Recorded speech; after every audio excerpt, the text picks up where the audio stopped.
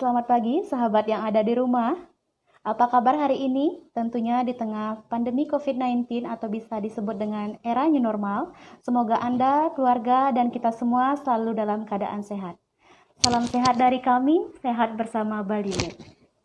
Sebelumnya, perkenalkan nama saya Rara, bagian Humas Rumah Sakit Bali Med Buleleng, akan menemani pagi Anda dengan bincang-bincang bersama dokter seputar kesehatan. Pada pagi hari ini, saya sudah ditemani oleh salah satu dokter yang praktek di Rumah Sakit Bali Med Buleleng, dan juga beliau juga dosen di salah satu fakultas kedokteran, yaitu di Uniksa. Beliau adalah Dr. Nyoman Suciawan, spesialis anak. Dan pada pagi hari ini, kita akan berbincang seputar kesehatan tentang pemahaman 1000 hari pertama masa emas tumbuh kembang anak. Selamat pagi dokter, apa kabar hari ini? Selamat pagi, baik. Selamat pagi penggemar IJ Live. Salam sehat dan waras. Oke, nah yang kita langsung saja ke materi pertama yang saya mau tanyakan dok, mengapa sih topik ini penting untuk dibahas, yaitu mengenai 1000 hari pertama masa emas tumbuh kembang anak. Baik, jadi memang banyak orang mengatakan bahwa merawat anak itu alami saja. Banyak orang yang merasa biasa-biasa saja. Tetapi paradigma itu harus kita ubah. Karena kenapa? Jadi pada topik kita hari ini kita membahas tentang 1000 hari pertama. Jadi 1000 hari pertama kehidupan anak itu adalah masa emas.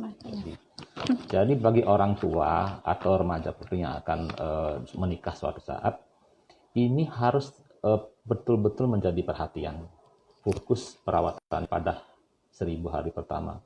Karena di sini akan diletakkan pondasi-pondasi yang penting untuk anak. Jadi masalah pertumbuhan pada 1000 hari pertama itu adalah masalah krusial. Ya, masalah krusial. Kenapa krusial? Karena pada 1000 hari pertama ini terjadi percepatan pertumbuhan yang luar biasa. Terjadi percepatan yang luar biasa, sehingga pada proses pertumbuhan perkembangan bayinya ini 1000 hari pertama ini harus kita lindungi dari berbagai agent atau berbagai masalah yang akan mengganggu proses pertumbuh kembang ini. Jadi harus kita lindungi. Kemudian yang kedua, hal-hal apa yang kita lakukan agar tumbuh kembangnya optimal. Jadi hal-hal yang mendukung tumbuh kembang optimal itu yang akan diprogramkan oleh seorang ibu dan keluarga. Jadi fase tumbuh kembangnya 1000 hari pertama ini yang dimasukkan adalah fase waktu saat hamil, mulai saat hamil sampai dia lahir, kemudian tahun pertama, kemudian mengacu pada tahun kedua. Jadi proses kehamilan, yaitu termasuk juga satu proses, karena fase awal proses kehamilan itu dia akan diawali dengan pertumbuhan bayi dan organogenesis. Jadi pertumbuhan organ-organ, kemudian pengembangan organnya sampai dia diferensiasinya menjadi baik, sehingga fungsi-fungsinya saat lahir dia sudah berfungsi normal seperti biasa. Oke, itu berarti dari hamil, dari ibu mengandung anak itu sudah dimasuk dengan 1000 hari pertama. Oke. Berarti dok, saya mau tanya juga nih, apa sih yang perlu diperhatikan? Karena kan tadi dokter menjelaskan bahwa 1000 hari kehidupan itu dari ibu hamil. Jadi apa sih yang harus dilakukan oleh ibu agar bayinya nanti kelak setelah lahir nih bisa normal gitu, bisanya tumbuhnya itu dengan baik gitu. Apa saja yang harus diperhatikan oleh ibunya, dok? Iya. Jadi saat fase konsepsi, jadi seorang ibu ini sudah tahu misalnya dirinya positif di saat hamil. Nah, pertama yang perlu dilakukan hal-hal yang perlu dihindari misalnya. Ibu jangan perokok misalnya, jangan minum alkohol dan lain sebagainya. Kemudian hindari ibu tertular dari penyakit seperti misalnya cacar air, kemudian rubella, dan lain sebagainya. Sehingga saat ibu hamil juga harus dilindungi dari anak-anak atau orang-orang yang sakit yang menular. Karena ada beberapa penyakit yang begitu dia ketularan langsung masuk ke bayinya, misalnya rubella. Nah, rubella ini banyak penularannya terjadi pada fase anak-anak.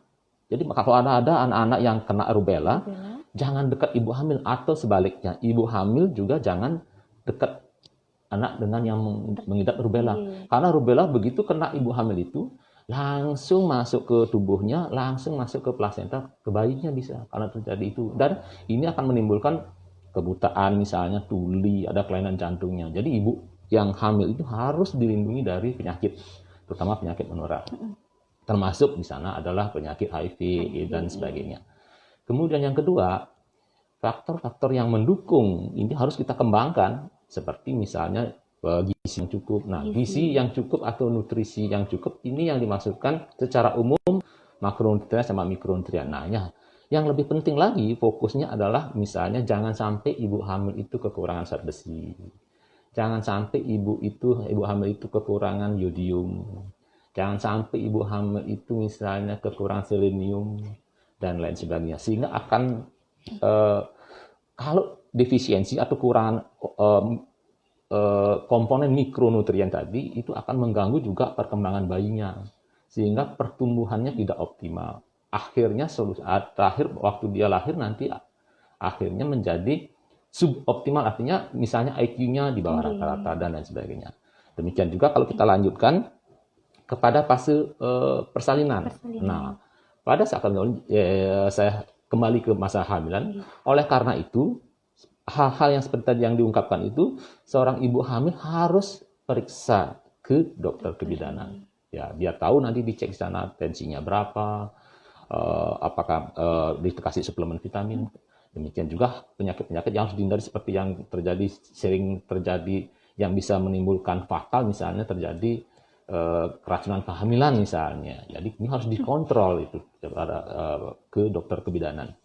Kemudian saat fase lahir juga, seorang ibu ini sudah dianjurkan atau sudah diadviskan oleh dokter kebidanannya atau oleh bidannya untuk mengikuti kaidah-kaidah. Misalnya, kalau misalnya ibunya risiko tinggi, misalnya lahirnya mestinya di rumah sakit. Kalau risiko tinggi lahirnya misalnya di tempat lain yang tidak ada fasilitasnya, kalau terjadi sesuatu, apa yang kita lakukan? Nah, akhirnya menimbulkan terjadi bayinya asphyxia. Nah, kekurangan oksigen bayinya saat lahir, sehingga kedepannya juga tumbuh kembangnya akan terganggu. Demikian juga trauma pada saat lahir. Trauma lahir itu misalnya terjadi trauma kesulitan bayinya melahirkan, sehingga dalam proses kelahirannya menimbulkan trauma, baik itu pada otak, pada organ, dan lain sebagainya, itu akan mempengaruhi tumbuh kembangnya juga ke depannya. Demikian juga karena perdarahan, waktu saat dia melahirkan, semua proses itu akan menimbulkan gangguan tumbuh kembang ke depannya. Oleh karena itu memang betul-betul dikelola, sehingga hal-hal yang bisa kita hindari dari proses itu, bisa kita hindari. Nah, setelah itu adalah fase pranatal. Pasca natal. Ya, fase pasca natal. Nah, fase pasca natal ini mulai dari saat lahir, bayinya begitu, harapan kita adalah bayinya bugar, kemudian kita rawat. Nah, sampai misalnya 1 minggu pertama, apa yang perlu kita lakukan? Nah, ini banyak ibu-ibu yang merasa dirinya tidak yakin atau tidak percaya diri. Nah, tidak percaya diri. Kenapa tidak percaya diri? Misalnya, kalau kita misalnya, ibu, ini anak ibu hari pertama dikasih ASI, Bu, ya, misalnya begitu. Jawaban ASInya belum keluar gitu. Memang waktu hari pertama, hari kedua, dan hari ketiga itu ASInya nggak bakal banyak. Nah, yang diinginkan kita adalah proses belajarnya, bonding ibunya. Jadi proses belajar bayinya ini mencoba menyusui, mencari puting ibunya. Demikian juga ibunya akan belajar memposisikan bayinya posisi yang bagaimana yang baik untuk menyusuinya. Nah, hal ini penting banget, karena kalau proses ini tidak dilakukan, tidak dijalani proses ini akan menimbulkan permasalahan nanti saat ASInya sudah keluar. ASInya nanti akan bayinya tidak bakal minum dengan baik. Jadi rewel sekali dia. Nah, yang perlu kita sampaikan di sini bahwa bayi yang baru lahir itu tidak perlu minum banyak. karena di dalam tubuhnya sudah ada persediaan kalori. Itu yang pertama. Yang kedua, lambung bayinya belum mengembang, masih kecil sekitar ya seujung guli, sebesar guli, ya sebesar ujung jari lah, jempol. Jadi nggak perlu minum banyak. Makanya sering keluhannya kalau minum banyak bayinya muntah, karena tidak menampung dia lambungnya. Oleh karena itu penting banget, di samping caranya belajar menyusui dan itu yang ASI yang keluar pertama kali itu, kolostrum itu sangat-sangat penting melenting untuk pertumbuhan bayinya, karena banyak mengandung zat imun, zat kekebalan, banyak mengandung protein dan banyak mengandung lemak itu. Ya. Jadi ini penting prosesnya. Banyak kegagalan kita menyusui, proses ini tidak dijalani. Karena alasan ibunya, saya belum keluar ASI. Bukan ASInya itu yang dibutuhkan, tapi proses belajarnya ini. Nah, ini yang perlu dipahami. Jadi, sampai situ. Kemudian selanjutnya, hal-hal yang harus di-screening pasca lahir seminggu pertama itu adalah misalnya penyakit-penyakit yang bisa muncul pada minggu itu, misalnya penyakit jantung bawaan. Kemudian kelainan hipotiroid. Nah, ini perlu digarisbawahi karena ini bisa di-screening dan bisa, kalau misalnya terjadi hipotiroid, kita bisa lakukan treatment. Nah, beda sekali dengan hipotiroid yang kita temukan setelah umur 14 hari atau 1 bulan dibandingkan dengan anak hipotiroid ditemukan sebelum umur 1 minggu. Kalau di belum 1 minggu ditemukan, itu IQ-nya bisa seperti orang normal. Tetapi tatkala kita temukan dia setelah umur 1 bulan, 2 minggu, nah jauh sudah turun menjadi 80, menjadi 70 IQ-nya. Jadi sangat penting di situ. Kemudian terjadi misalnya kuning pada bayi pada minggu pertama. Nah, itu penting banget itu. Jadi kuning itu apakah terjadi sumbatan saluran empedunya karena kuningnya atau karena kuningnya normal. Nah, ini beda-beda. Nah, beda. Oleh karena itu mesti dikontrol ya. Jadi follow up kontrol baik itu ke tenaga kesehatan kontrolnya sehingga dikenali tanda-tanda bahaya ini. Ya, jadi ini penting. Jadi 1 minggu pertama itu bayi harus kontak dengan tenaga kesehatan. Ya, tenaga kesehatan. Baik bidan, dokter, perawat dan sebagainya sehingga dia dikenali penyakit-penyakit yang muncul saat itu ya. Kemudian setelah itu ASI tetap diberikan. Jadi ASI itu akan muncul setelah baik itu maksudnya lebih meningkat dengan minum ASI-nya sesering mungkin, efektif, dan bayinya lebih nyaman. Seiring dengan itu, ibunya akan menjadi lebih nyaman. Produksi ASI akan lebih meningkat. Nah, oleh karena ini perlu dukungan. Nah, biasanya ini mertua, bapak, yang lain sebagainya, yang di sekitar-sekitar ini akan mengganggu. Tapi itu ASInya sedikit itu, bayinya perlu minum banyak ASI. Nah, itu. Jadi tadinya ibunya mungkin sudah semangat sekali untuk minum, akhirnya down dia. Oleh karena itu, jadi orang-orang di sekitar ibu-ibu ini harus mendukung. Ya, ASInya harus dikasih, jangan dibalik. Nah, gitu. Ya, kira-kira segitu. Oke, berarti 1000 hari masa pertumbuhan kembang anak itu sangat penting dimulai dari ibu baru hamil, saat konsepsi, tahun pertama dan tahun kedua. Nah, untuk selanjutnya saya mau nanya nih, Dok. Kan tadi dokter sudah menjelaskan bahwa pemberian ASI 1 minggu itu sangat penting. Apa sih yang membedakan antara bayi yang dikasih ASI secara eksklusif dengan bayi yang tidak diberikan ASI, Dok? Apakah ada perbedaan di masa yang akan umurnya nanti menginjak 1 tahun atau demikian, Dok? Ya. Jadi yang perlu digarisbawahi adalah susu formula itu adalah produk manusia di mana susu formula ini formulanya adalah meniru ASI. Nah, kalau kita berbicara meniru ASI, siapa kira-kira yang lebih baik? Yang ditiru apa yang meniru? Ya jelas yang ditiru. Jadi ASI-nya jauh lebih super power ya dibandingkan dengan susu formula. Oleh karena itu, tetap komitmen kita memberikan ASI. Ya. Karena pertama tadi adalah ASI itu keunggulannya ada zat kekebalannya, ada zat tumbuh kembangnya di situ, ada zat untuk eh, apa namanya kuman baik ya, yang akan menjadikan ususnya jauh lebih baik ya dibandingkan dengan susu formula. Kemudian dalam hal tumbuh kembangnya, dalam hal perkembangan behavioral, kepribadiannya dan sebagainya, secara penelitian ASI yang paling unggul di antara Susu formula. Nah, masalahnya kenapa? Kalau begitu misalnya nggak boleh minum susu formula. Boleh. Ada kondisi-kondisi yang tertentu yang memang dokternya memberikan susu formula. Misalnya, salah satunya misalnya ibunya penderita HIV/AIDS misalnya ya. Pilihan kita bisa ASI, bisa susu formula. Tapi beberapa literatur mana ya sudah kalau ibunya tidak taat, tidak minum obat dan tidak taat terhadap peraturan minum obat ARV-nya dan sebagainya, pilihan kita ASI, susu formula.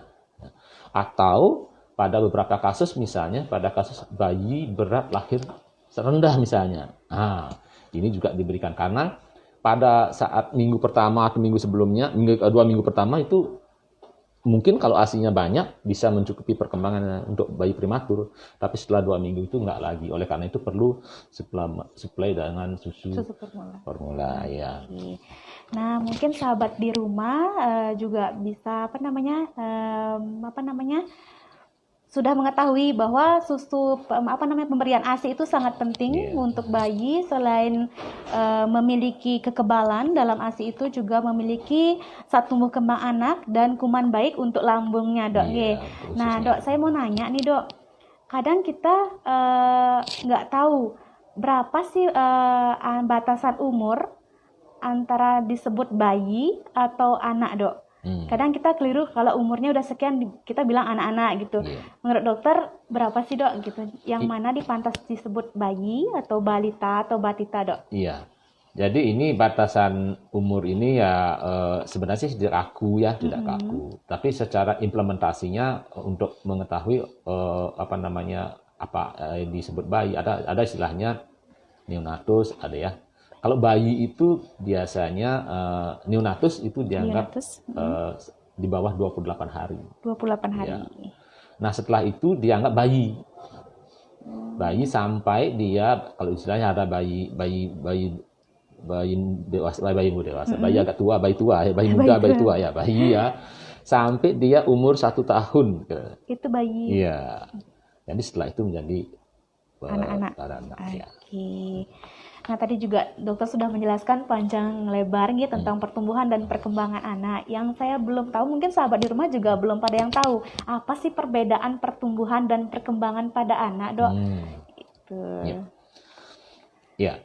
Kalau kita lihat tumbang kan orang tumbuh kembangnya gimana? Nah, kalau yang namanya tumbuh, itu berkaitan dengan makin banyaknya jumlah sel. Misalnya 1 sel menjadi 2 jadi 2 sel atau selnya yang kecil menjadi lebih besar. Itu tumbuh. Tumbuh aja makanya ukurannya kalau dia tumbuh, ukurannya itu nanti dia pengukurannya yang karena dia tambah banyak sel dan makin besarnya sel yang kita pakai acuan untuk mengukur pertumbuhan itu seperti misalnya berat badan. Antropometri ya. Tinggi badan, lingkar lengan dan sebagainya. Nah, kalau perkembangannya itu berkaitan dengan diferensiasi fungsional. Jadi matangnya fungsi organ itu. Ya, jadi kematangan fungsi. Misalnya dari salah satu contoh misalnya bayi umur 34 minggu misalnya bayi itu sudah muncul refleks menelan. Jadi umur 35-36 minggu sudah muncul refleks mengisap. Nah, jadi nanti waktu 38 minggu sudah itu bisa refleks mengisap dan refleks menelan.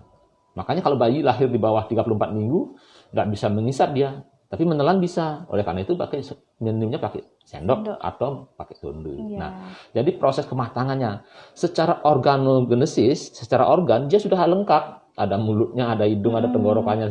Tetapi secara fungsinya dia belum. Nah, fungsinya inilah di mana tumbuh kembang. Misalnya salah satu contoh bayi gitu. Jadi perkembangan bayi itu menganut cephalocaudal. Namanya cephalo yang paling lama, yang paling cepat perkembangan itulah di sekitar kepala, ya sekitar kepala. Kemudian cephalocaudal ke bawah. Makanya tidak mungkin orang itu bisa duduk kalau lehernya belum tegak. Jadi kalau duduk dia bisa, lehernya belum tegak, kayak boneka yang gini, goyang-goyang dia.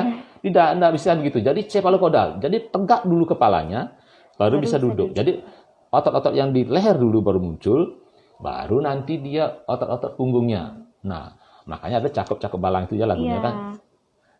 Tak jenik ngalih sadayang. Akhirnya bisa duduk, bisa jalan, tumbuh gigi bisa menjalan. Jadi dia duduk dulu, berangkat baru jalan. Nggak mungkin, makanya seorang ibu, anak saya kok bisa jalan-jalan ya?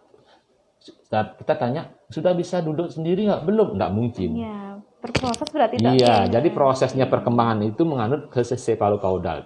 Jadi dari kepala, kemudian leher, kemudian punggung, baru kaki. Ya, sehingga kita harapkan 10 bulan, 11 bulan, 1 tahun itu sudah bisa jalan. Oke. Nah, tadi sudah dijelaskan perbedaan antara pertumbuhan dan perkembangan. Kalau pertumbuhan itu kita bisa lihat dari berat badan, dari tinggi badan, dan juga dari lingkar lengan. Nah, kalau memangnya kalau kembang nih ke fungsi organ dari bayi itu sendiri. Nah, yang saya mau tanyakan lagi nih Dok, untuk pertanyaan berikutnya, faktor apa saja sih yang mempengaruhi perkembangan pada anak yang baik nih Dok? Ya, perkembangan pada anak secara organ harus dia lengkap dulu. Maksudnya pertumbuhannya baik, optimal. Misalnya secara organ tangannya berfungsi dengan baik, matanya berfungsi dengan baik. Itu kan organ itu harus tumbuh dulu, tumbuhnya dulu. Tumbuhnya. Baru kita nanti berkembang fungsinya apa. Misalnya kalau mata fungsinya melihat. Misalnya kalau perkembangannya satu mata nggak muncul kan berarti penglihatannya akan terganggu. Nah ini.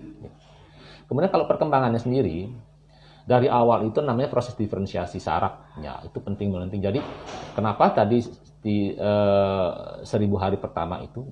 Jadi menurut literatur perkembangan otak itu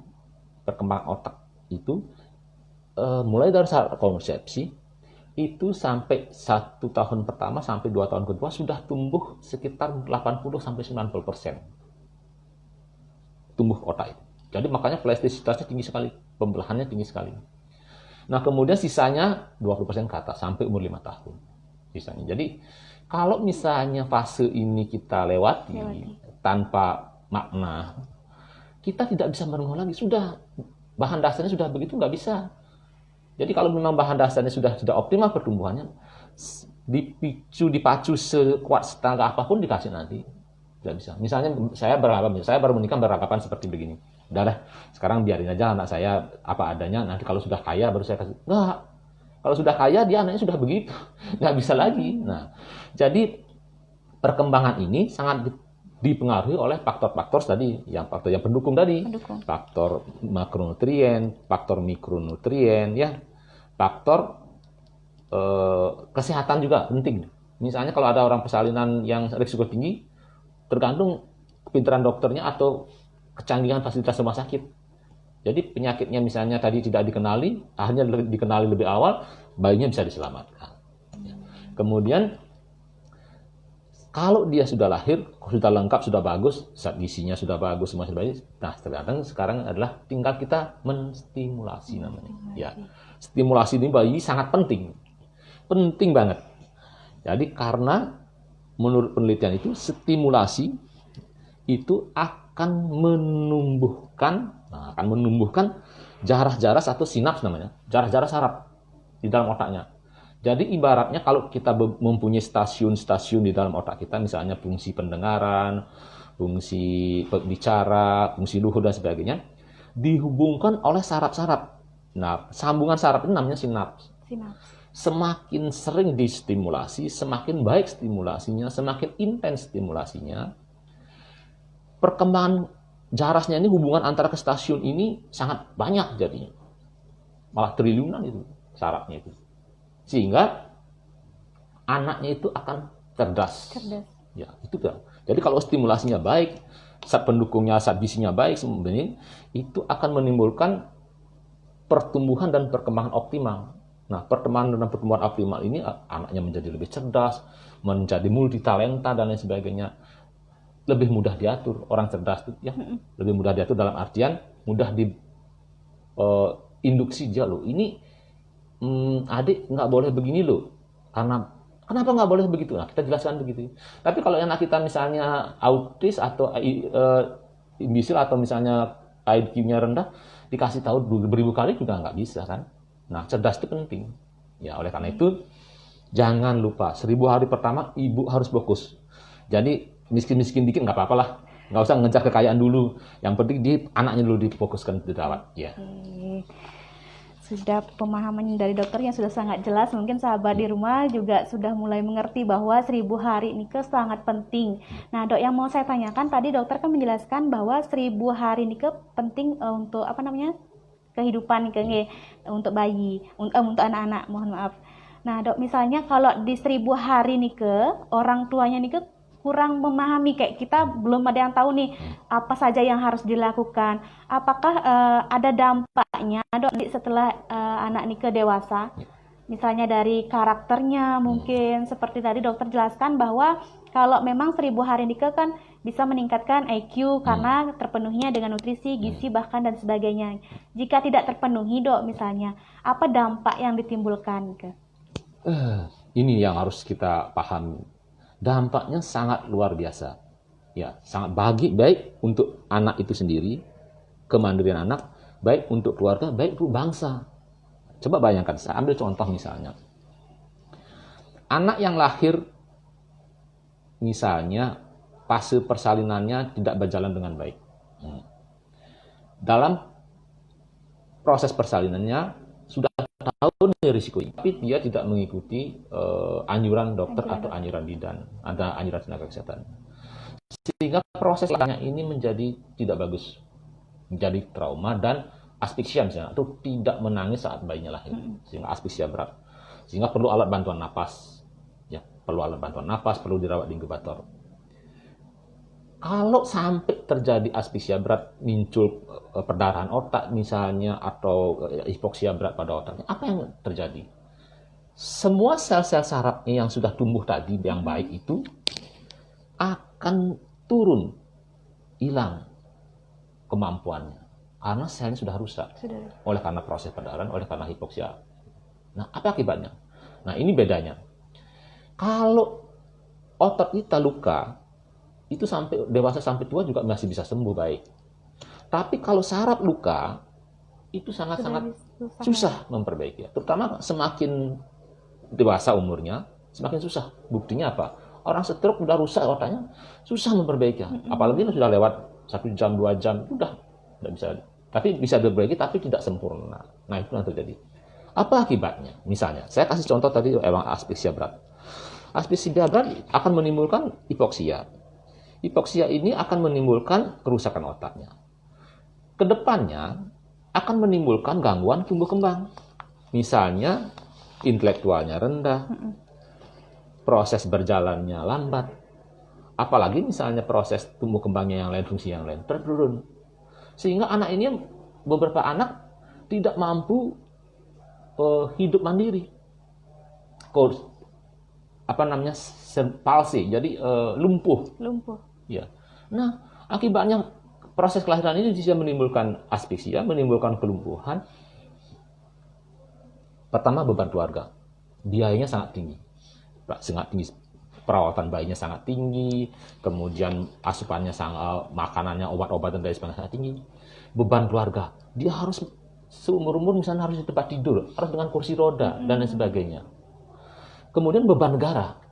Iya, rumah sakit harus menyediakan fasilitas fisioterapi dan sebagainya. Jadi sangat kompleks masalahnya. Oleh karena itu, kalau bakalannya baik, semuanya baik, jadi dokter pekerjaannya mudah, bidan pekerjaan mudah, rumah sakit pun akan lebih mudah. Jadi kalau misalnya kasusnya berat seperti tadi, seumur-umurnya dia akan menjadi beban. Nah, begitulah contohnya. Dampaknya yang luar biasa. Demikian juga misalnya tadi yang saya singgung masalah hipotiroid. Kalau kita telat mengetahuinya, umur 1 bulan baru tahu, Ketahui. baru tahu bahwa dia hipotiroid. Anaknya sudah tidak bisa lagi menjadi IQ-nya bagus, normal. Apa yang terjadi?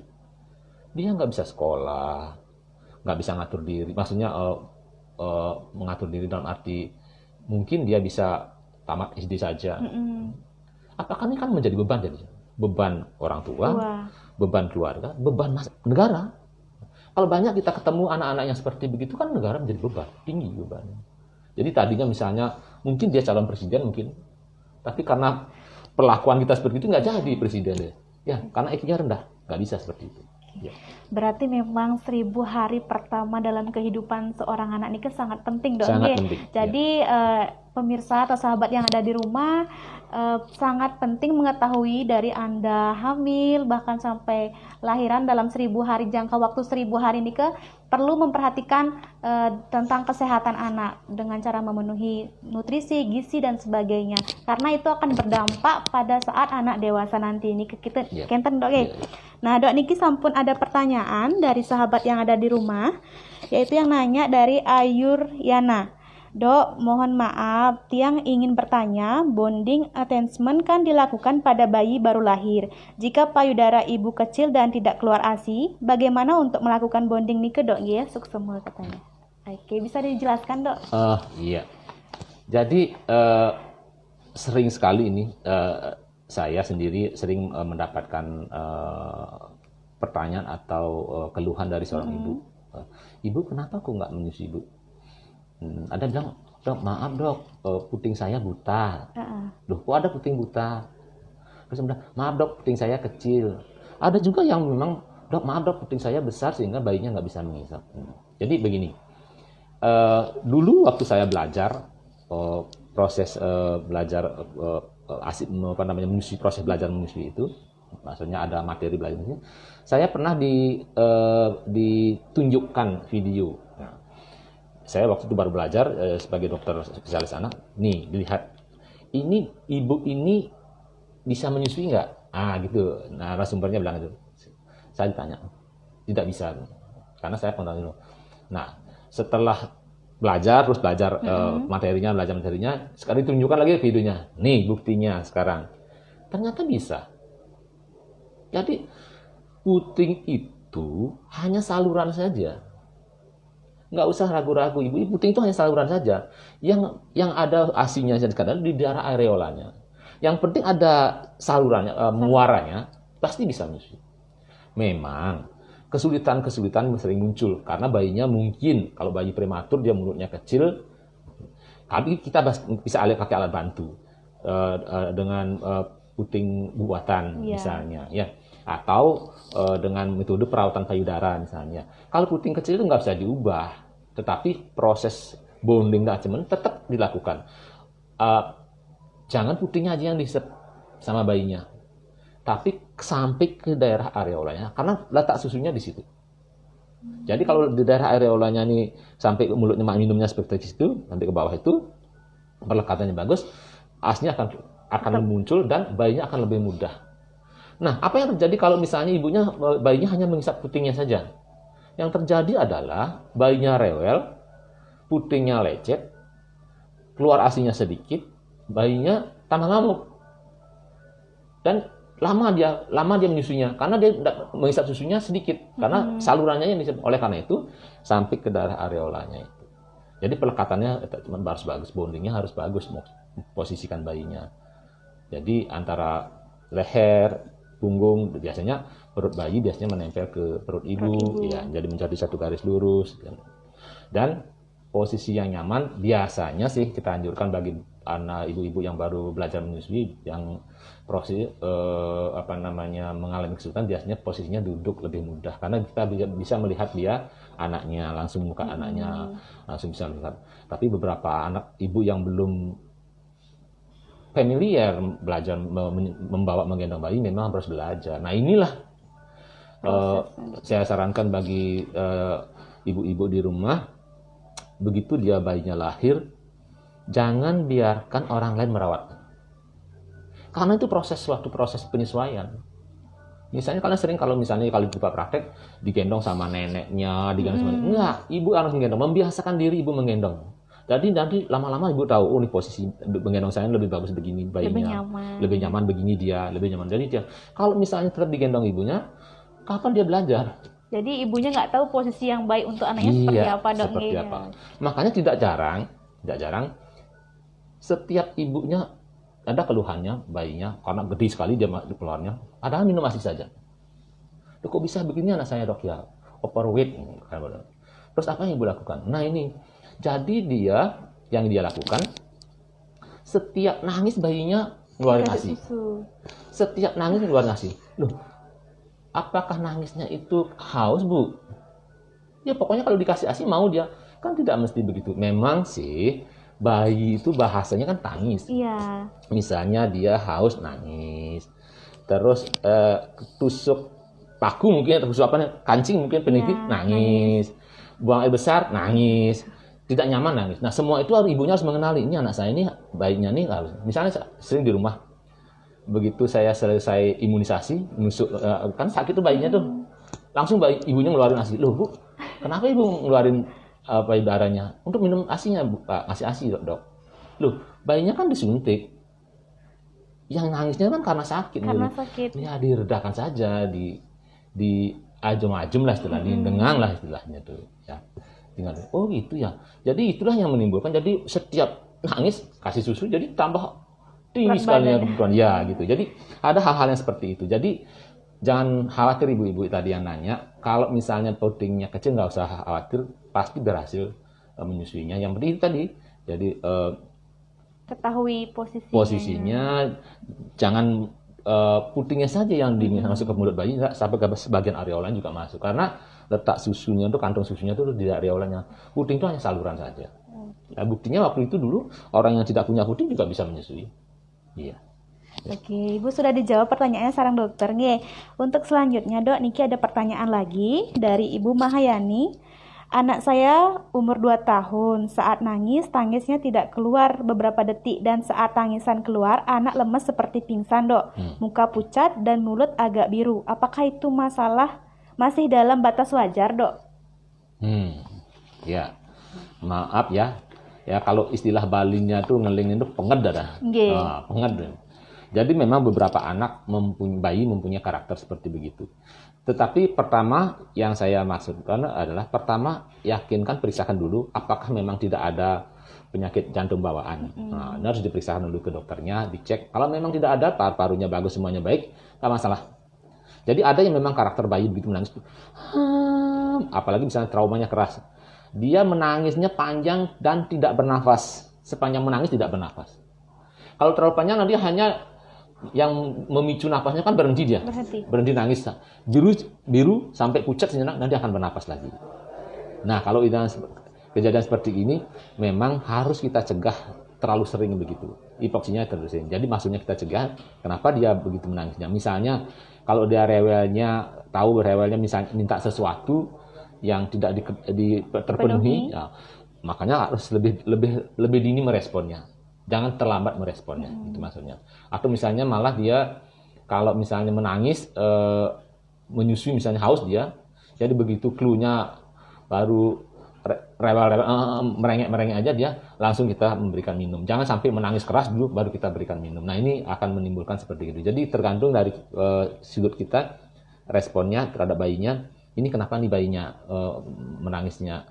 Apakah karena kelainan, apa karena bukan? Tapi karena organnya semuanya baik-baik saja, semuanya baik, tidak berbahaya.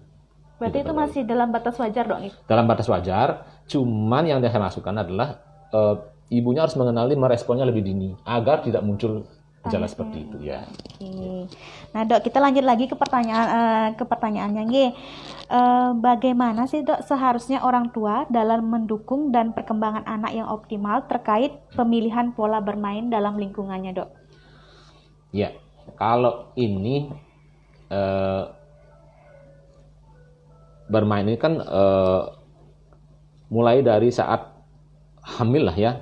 Mulai saat hamil, menurut beberapa literatur tuh, kalau misalnya ibunya suka rocker gitu misalnya, ya, suka rock, musiknya memang kemungkinannya kalau rock itu kan menimbulkan detak jantungnya meningkat. Nggih. Demikian juga bayinya akan mulai gerakannya aktif di dalam perutnya. Tapi misalnya kalau tapi tidak dianjurkan sih, yang dianjurkan musik-musik yang slow, ya, musik-musik yang bagus, relaksasi, sehingga bayinya itu tumbuhnya menjadi tidurnya nyaman, tidak terlalu bergerak dan sebagainya. Nah, muncul nanti waktu dia lahir, ya, waktu dia lahir demikian juga. Waktu 2 bulan 3 bulan itu mungkin permainan diberikan bola-bola yang berwarna-warni untuk melatih penglihatannya, ya. Kemudian selanjutnya misalnya pola permainan yang dimasukkan itu adalah pola permainan edukatif. Ya. Pola permainan yang edukatif. Jadi usahakan bermain kontak mata, kontak fisik, ya, kontak mata, kontak fisik, maksudnya fisiknya, matanya, pendengarannya, semuanya itu. Misalnya bermain bola, misalnya kalau sudah bisa, ya, atau bermain edukatif, sama seperti menyusun,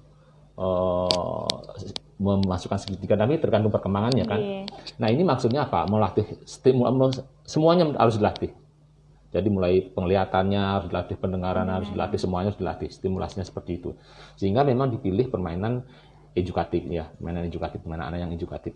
Dan permainan yang tidak berbahaya, ya, bahannya maksudnya, ya, bahannya tidak berbahaya. Nah, ini sangat penting karena harus berkomunikasi dua arah. Nah, banyak anak-anak sekarang mengalami gangguan perkembangan bicara, mengalami perkembangan ke autis misalnya, ada beberapa itu karena komunikasinya satu arah.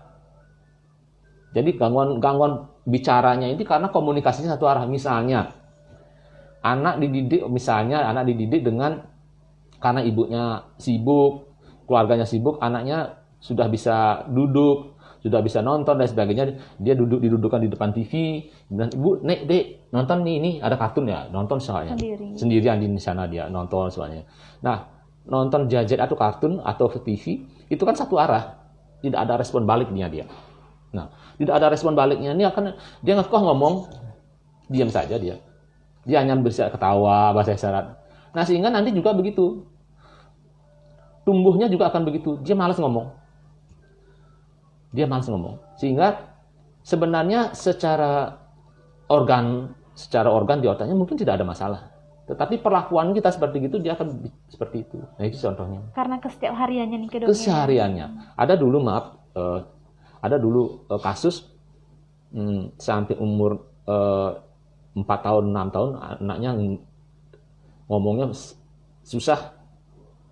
Karena itu dirawat oleh neneknya, kemudian ibunya dua-duanya bekerja, akhirnya si nenek karena pengetahuannya mungkin tidak mencukupi masalah itu, dia akhirnya mendidiknya dengan cara tadi. Yang cara balenya istilahnya banyak mendap dogen. Nah, aku jebang mendap tegang mana TV nonton TV. Akhirnya ketemu, ini saya bilang riwayatnya gimana, cerita ibunya seperti ini. Akhirnya saya simpulkan waktu itu, nah, kemungkinan pengasuhannya nih kurang tepat, sehingga ibunya saya bilang begini, ibu sekarang mau anaknya baik, memang harus berubah. Jadi salah satunya harus mengurangi kegiatan di luar rumah agar bisa fokus merawat bayinya. Ajak bayinya main outdoor, bermain bola, berteriak untuk merangsang dia, emosinya dia. Mulai merespon. Ajak dia bicara tatap muka, diajak itu misalnya sebutkan apa, bawel, kita harus mendidik anak bawel. Walaupun dia harus diajak bayi itu belum bisa ngomong, kita harus ngomong, "Loh, ada apa, Dek? Oh, senyumnya manis sekali ya." Jadi respon bahasa itu penting banget. Nah, itu kira-kira 2 bulan 3 bulan dia ada pasien datang, "Dok, anak saya sudah mau ngomong, Nah, ini oleh pengasuhan ibu sangat penting. Bonding, kedekatan seorang ibu dengan bayinya, dengan anaknya sangat penting. Jadi mulai merespon dia. Sehingga akhirnya waktu itu salah satu memang hanya mengurangi kegiatan di luar rumah. Jadi itu yang perlu dilakukan. Berarti pola asuhnya nih, Dok, nih, ya, sangat berpengaruh sama karakter anak nanti. Iya. Nah, Dok, yang saya mau tanyakan, Dok, kadang kita sering menjumpai, tadi dokter juga sudah menjelaskan, untuk anak atau bayi masih disebut bayi di tempat tidur nih di atasnya nih dikasih mainan warna-warni. Apa sih tujuannya, Dok? Iya. Jadi ada fasenya anak melatih penglihatannya itu setelah 3 bulan ya, mulai umur 2 bulan 3 bulan ke atas itu sudah melatih penglihatannya. Jadi melatih penglihatannya awalnya itu adalah 4 warna dasar biasanya. Jadi merah, biru, kuning, sama hijau ya. Ya, 4 warna itu biasanya. Untuk melatih dia melihatnya. Jadi untuk melatih sensori penglihatannya. Ya. Kemudian pencahayaan juga penting. Ya, pencahayaan. Jadi untuk melatih anak mengerti jam tidur dan jam bermainnya itu, saat dia terang dia bermain, dia lampunya terang. Saat tidur memang harus mempunyai lampu, diredupkan lampunya. Sehingga ini saatnya tidur. Dia ada alarmnya nanti. Jadi alarm tidurnya muncul. Jadi kalau misalnya sama saja lampu tidurnya dengan lampu ininya sama belajar sama saja, dia nggak bisa membedain. Ya, jadi saat tidur, ini misalnya udah malam nak, yuk kita tidur, kita matikan lampunya atau kita redupkan lampunya. Jadi bahasa itu penting banget. Walaupun dia belum memahami, tapi lama-lama dia akan terpatri dalam ingatannya. Oh ini jam tidur nih, lampu diredupkan. Jadi terbiasa jadi. Jadi kalau misalnya ini dalam proses latihan tumbuh kembang itu melatih ini visualnya, ya 4 warna dasar biasanya. Nanti setelah itu baru warna macam-macam. Oke. Nah selanjutnya nih, Dok, kadang kan seberapa besar pengaruh seorang ibu yang memberikan ASI, kedekatannya nih kedekatan batinnya, Dok, sampai apakah itu berdampak sampai dia dewasa, Dok? Iya. Jadi begini, bukan ASI-nya itu yang menimbulkan bayinya dekat dengan si ibu, ya bukan ASI-nya menimbulkan dekat, tapi proses bondingnya itu, ya proses bonding, Jadi makanya kalau kita peneliti di dalam penelitian itu namanya sekarang kalau perawatan bayi prematur ada metode kanguru namanya, ya. Jadi bayi itu yang ditaruh di inkubator, bayi yang ditaruh di ibunya dengan metode kanguru jauh lebih cepat perkembangannya dengan ibunya yang dengan metode kanguru. Selama dia fasenya bayinya sudah boleh dengan metode kanguru. Nah, kenapa? Karena dalam metode kanguru ini anaknya lebih nyaman. Anaknya lebih nyaman dengan ibunya, ya, lebih nyaman. Kemudian secara psikologis detak jantung ibunya ini kedengaran oleh bayinya. Iya, sama seperti waktu dia dalam kandungan. Ya. Kemudian pelukan ibu, suara ibu yang menenangkan hatinya, itu sangat penting untuk perkembangan otaknya. Dan di beberapa ICU sekarang mulai ada paradigma ICU itu nggak boleh ribut. Ya, NICU maksud saya. Sorry, NICU. Jadi bayi prematur yang sedang tidur itu lelap nggak boleh diganggu, nggak boleh rame, tato nggak boleh, harus silent malah.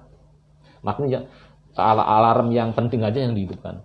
Karena sangat mengganggu tidurnya, ini akan mengganggu tumbuh kembangnya. Ya, demikian juga seorang ibu. Bayi yang dirawat, proses pendekatannya baik ibunya akan lebih nyaman, anaknya juga akan lebih nyaman. Ibu akan jauh lebih mengenal, nah ini karakter anak. Ya, jauh lebih mengenal karakter anak. Bukan tidak menjadi toxic parenting. Jadi semua kekesalan ditumpahkan sama anak. Jadi anaknya kan, ada apa ini? Misalnya marah di kantor, anak ini tidak bisa makan, anak ini jadi segan, jadi susah. Nah ini perlu makanya situasi ASIH itu ya, situasi. Jadi ASIH dalam tumbuh kembang itu ASIH perlu kasih sayang ya. Nah perlu kasih sayang terhadap anak bayinya. Karakter orang tua sangat mempengaruhi. Oleh karena itu ya boleh dibilang buah tidak jatuh dari pohonnya. Bagaimana kita membentuk karakter anak ini? Ya itu tadi, mulai dari karakter kita. Jadi kalau karakter kita buruk, orang tuanya buruk karakternya, ini akan terpengaruh. Walaupun nanti kalau sudah besar dia bisa mengubah, tapi agak susah. Oleh karena itu marilah kita perbaiki karakter kita. Misalnya jangan berdebat marah di hadapan anak. Jangan misalnya memukul atau memberikan hukuman terhadap anaknya yang terlalu keras ya dan sebagainya. Cara-cara yang seperti itu harus kita hindari dan ini akan membekas ya sampai dewasa. Membekas. Bakal diingat dong. Bakal diingat. Itu diingatnya di dalam alam bawah sadarnya. Nanti akan muncul dia. Makanya tidak jarang keluhan ibu-ibu sekarang, kok anak saya sudah dewasa SMA, kok susah sekali dah tuh dok ya. Kenapa begitu? Nah kita tanya lah masalah ini siapa yang rawat, ini siapa yang ini. Nah itu banyak momen yang tidak terpenuhi. Ya. Nah seperti tadi alasannya selalu masuk akal. Misalnya, salah satu contoh misalnya, suatu saat neneknya yang mengantar anak bayi ke tempat praktek. Dia bilang, Bu, ibu punya anak ini? Enggak dok. Oh, ini anak saya. Loh anaknya kemana? Biasalah dok. Oh, biasa maksudnya biasa gimana? Kerja di luar kota. Kedua-duanya bekerja di luar kota. Bayinya dititipkan sama neneknya. Nah ini susah. Nah di suatu saat anak itu tadi cari kekayaan dulu. Setelah gede anaknya baru kaya, menyesal dia. Loh saya nggak bisa ngatur anak saya ya. Kok jauh sekali ya sekarang dia melewati masa-masa emasnya. Nah, masa-masa emasnya terlewati. Sehingga bagaimana kita menentu nggak bisa. Oleh karena itu, dari awal tetap fokus 1000 hari pertama, kemudian sampai dia balita, harus fokus orang tuanya. Walaupun misalnya tidak begitu kaya banget, gitu, ya, yang penting fokus. Jadi karena cikal bakalnya ini kalau sudah bagus, nanti ikutannya itu jauh lebih mudah mengaturnya dibandingkan seperti tadi. Jadi anaknya kalau ibunya dekat, karakter bapak dan ibunya melindungi, kasih dan sebagainya, anaknya bakal baik.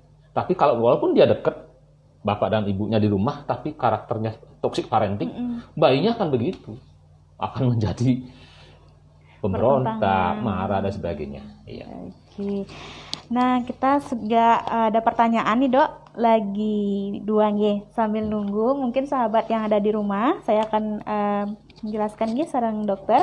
Selamat pagi, Niki dari Ibu Putulan. Selamat pagi dok, anak saya berusia 1 tahun 6 bulan. Saat saya periksa ke dokter anak, berat badan anak saya 9 kilo. Mengapa hal tersebut bisa terjadi dok? Padahal anak saya sudah makan banyak 4-5 kali dalam sehari. Bisa dijelaskan dokter? Terima kasih. Iya. Jadi syukurlah anaknya makannya bagus ya. Jadi kita tinggal masuk. Jadi begini, makanan yang masuk ke dalam tubuh, diolah di dalam tubuh, itu istilahnya berbanding dengan input sama output. Nah gitu ya. Inputnya masukannya makanan itu bisa seperti tadi makronutrien, unsurnya dari protein, lemak dan karbohidrat. Kemudian mikronutrien zat besi, multivitamin dan lain sebagainya itu. Trace elemennya. Kemudian outputnya berupa apa? Ya tumbuh kembang, dipakai untuk tumbuh, dipakai untuk kembang, dipakai untuk aktivitas dan sebagainya. Kalau misalnya makanannya misalnya 100 kilokalori per kilogram berat badan misalnya, tetapi outputnya lebih dari itu, otomatis anaknya nggak mau tumbuh karena dipakai. Misalnya anak yang aktivitasnya sangat tinggi, main sana sini nggak mau tidur sana, banyak sekali aktivitasnya. Dan jangan salahkan anak. Misalnya wah anaknya aktif sekali gimana? Nah itu tadi maksudnya orang tuanya memang harus belajar. Ya banyak ibu-ibu, anak saya nakal sekali. Oh memang anaknya disuruh diam saja, kan nggak bagus. Nah jadi ibu harus perhatikan. Jadi makanan sudah bagus itu Bu ya, kalau sudah bagus makanan bagus. Jadi perlu kita tingkatkan. Biasanya itu tambahkan proteinnya biasanya. Jadi kalau karbohidratnya sudah cukup, proteinnya cuma sama lemaknya ya. Jadi daging, tempe, tahu, telur dinaikkan porsinya sehingga dia anak akan terpenuhi zat gizinya. Jadi sudah bagus tapi relatif kurang karena aktivitasnya yang banyak ya, Memang beberapa karakter, beberapa anak yang punya karakter yang berbeda. Misalnya ada sih memang anaknya yang makannya biasa-biasa aja tapi santai, jadi metabolisme istilahnya. Masa metabolismenya nggak begitu tinggi, dia Jadi disimpan di lemak dia. Tapi anak yang metabolisme tinggi makannya baik tapi dia tetap kurus dia. Karena itu tadi bergerak terus dia. Dan anak memang harus bergerak. Makanya zaman sekarang ini, apalagi masa Covid ini, itu orang cenderung di rumah. Orang cenderung di rumah, bosan, mungkin makannya beberapa anak malah nggak mau makan karena tidak punya aktivitas. Iya, bermain. Bermain di luar bosan dia. Ya, nggak mau makan dia jadinya. Ya, jadi sangat-sangat edukasi kita atau treatment kita atau intervensi kita tergantung pada situasi sebenarnya. Nah, kalau terjadinya seperti tadi, makan sudah bagus, tapi berat badannya nggak mau naik, ya itu berarti asupannya memang masih relatif kurang dibandingkan dengan outputnya. Ya, sehingga memang itu harus diperbaiki. Oke, Ya. sudah dijawab Ibu Nge. Nah, ini Dok ada pertanyaan lagi. Pagi dokter, yang mau tanya, anak saya baru usia 1 bulan 15 hari. Kepala bagian belakang masih lonjong. Bagaimana cara mengatasinya, Dok? Apakah tidak ada efek kelanjutan tumbuh kembangnya nanti? Terima kasih. Ya. Kepala bagian belakang masih lonjong gitu ya? Masih menonjol maksudnya ya? Itu malah normal bentuknya kan? Namanya di belakang ini tulang occiput occiput ya, tonjol ke belakang tuh. Memang seperti itu bentuknya. Dan malah untuk perkembangannya makanya kita dipakai untuk agar bentuknya tidak peyang malah bentuknya tidak datar, nggak boleh. Kan tulangnya menonjol begini. Yeah. Menonjol begini tulangnya nggak boleh datar. Kalau kita tidurnya begini aja terus dan datar, jadi otak kecil nggak berkembang, kedorong ke depan dia. Malah bentuknya begitu normal saja, nggak apa-apa. Berarti nggak berpengaruh Dok? Nggak berpengaruh. Perkembangan anak itu? Bu, tidak berpengaruh. Memang normal bentuknya, memang menonjol begitu. Kecuali memang menonjolnya itu karena hal yang lain, misalnya kan tumor atau karena hematum misalnya, nah itu berbeda. Kalau misal bentuk tulangnya normal, menonjol ke belakang normal, nggak apa-apa. Jadi itu batas normal Dok? Iya, penonjolannya normal. Nah ini Dok ada pertanyaan lagi dari Ibu Kadek Purnami Artiwi. Dok, apa nafas bayi yang grok-grok itu normal? Apa sebabnya dan cara mengatasinya seperti apa nih Dok? Umurnya berapa dia bayinya? Ini nggak dijelasin iya. Dok. Oke. Jadi begini. Sering sekali memang keluhan ibunya napasnya gerak-gerak itu ya, gerak-gerak. Yang pertama memang pastikan konsultasi dulu dengan dokternya bahwa memang saluran pernapasannya normal saja pernapasannya. Beberapa bayi yang baru lahir itu memang saluran pernapasannya, maksudnya saluran hidungnya ini kan lebih kecil. Kemudian dia rentan terhadap sumbatan. Jadi misalnya ada lendir, ada bekas-bekas lendir yang sudah mengering. Itu waktu saat dia exercise bayinya, misalnya menangis atau menarik napas keras berbunyi. Tapi itu normal aja. Untuk itu biasanya kita anjurkan ibunya, Bu, coba ibu dengarkan bayinya saat dia tidur normal, berbunyi enggak dia? Kalau nggak berbunyi nggak apa-apa, berarti dia waktu saat itu kan aliran udaranya normal saja, baik. Nah itu. Yang kedua, bisa saja karena penyakit misalnya kalau gerak-geraknya itu muncul misalnya waktu saat malam, terutama misalnya jam 2 malam menjelang pagi misalnya, mungkin saja dia sensitif terhadap cuaca dingin, hidungnya menjadi sembab ya. Atau ada namanya pada bayi hiperadenoid namanya. Jadi ada memang kelainan adenoidnya terlalu hiperadenoid besar adenoidnya sehingga mengganggu pernapasannya. Nah, mengganggu pernapasannya bunyi gerak-gerak tadi ya. Bisa karena faktor pemicunya itu atau mungkin dia punya riwayat alergi. Orang tuanya mempunyai alergi, dua-duanya. Anaknya bisa alergi, bisa rinitis alergika. Bisa. Jadi hal-hal itu memang kemungkinannya bisa terjadi seperti itu. Jadi anak dengan baik karena itu sangat berpengaruh nanti ke dewasa, karakter anak nanti setelah dewasa.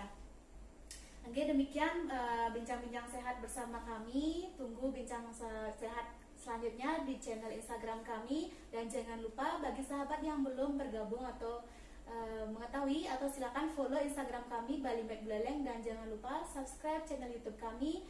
Tunggu bincang kami selanjutnya, dan saya undur diri. Mohon maaf bila ada salah kata, dan sampai jumpa.